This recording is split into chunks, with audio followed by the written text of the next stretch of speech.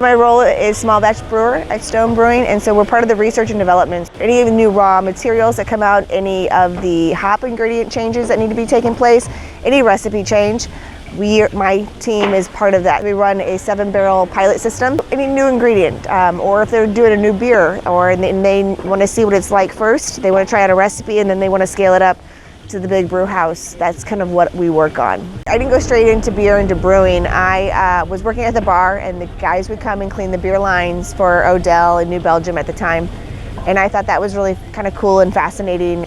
Once I was over the whole bar scene and I was looking for something else to do, there happened to be an opening at Odell Brewing for the bottling line. So think Laverne and Shirley.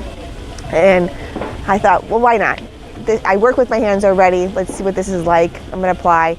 Be really cool. How cool would it be for me to work at a brewery? Like, that'd be rad. Like, I'd just be like the cool kid.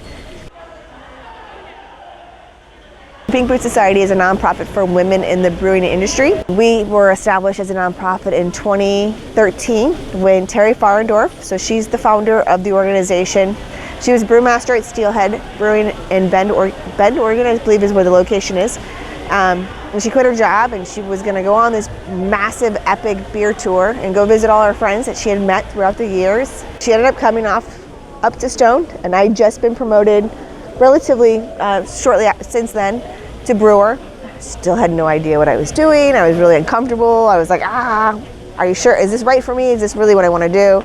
And I picked her brain. I asked her all kinds of questions. I asked her questions like, hey, they keep telling me I'm coming off too emotional. Hey, they keep saying this, that, and whatever. And she gave me a bunch of great pointers. And she's like, I wonder how many other women are out there that are like Laura, that don't know of each other, that don't know who I am. And I guess we'll find out. And so she decided on the rest of her trip that she would collect the names of any of the women that she found in the brew house at the time. She happened to be wearing these pink rubber boots that her mother-in-law had given her because you got to be safe going into the brew houses or in breweries themselves. You got to wear proper equipment. When she was done with her tour, she found that there was 60 women in the entire world that she could figure out that were women brewers. And she thought, wow, this is crazy. Like, there should be plenty more. There's no glass ceiling in beer, because there really isn't.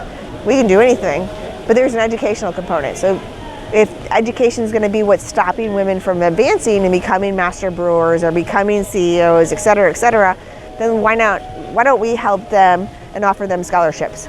So in 2013, she applied for our nonprofit status, and so that's when we became an official nonprofit. And we've been offering scholarships ever since. And it started off with just one, and then it turned into 3, and then it turned into 6, and now we offer about 24 a year.